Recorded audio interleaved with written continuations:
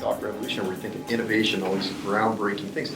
We're actually in one way, and going back to the 80s, and we think that's revolutionary. We're dropping our well system, which is core right now, because of the lack of activity, and we're actually going back to spreadsheets and email. And we're taking the contents of that spreadsheet and writing it into the historical database to ensure that reporting can happen. Okay? Back to the 80s. We believe that at these levels, a sophisticated multi-million-dollar well system simply is not going to cut it going forward. Yeah, it all goes back to the high revenue allowed us to buy those expensive systems to justify for the business to say we need to have them.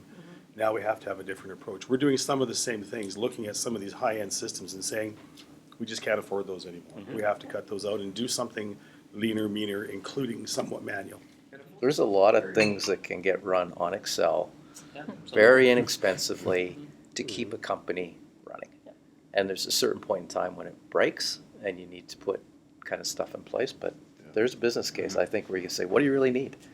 And, with all due respect, I'm looking at CRM right now, my organization. The guys have got like an Excel-based funnel, and we're thinking of buying some licenses for CRM. And I'm going, you know what? I think I might be able to put a shared Excel drive on OneDrive, and that's going to cost me $500.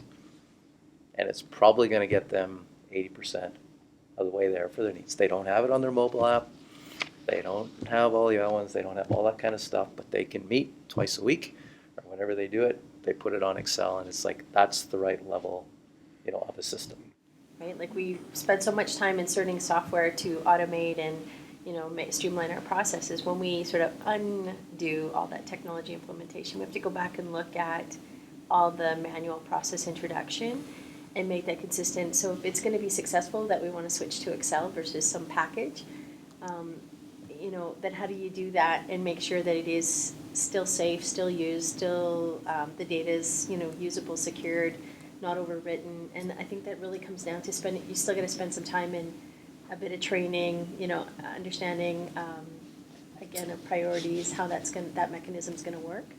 Because I think if you don't, I think again it might help the bottom line just from a financial perspective, but from a business impact that could really hurt a couple of business areas quite drastically by taking that massive leap backwards. Exactly. I mean, the traditional one for us is Salesforce.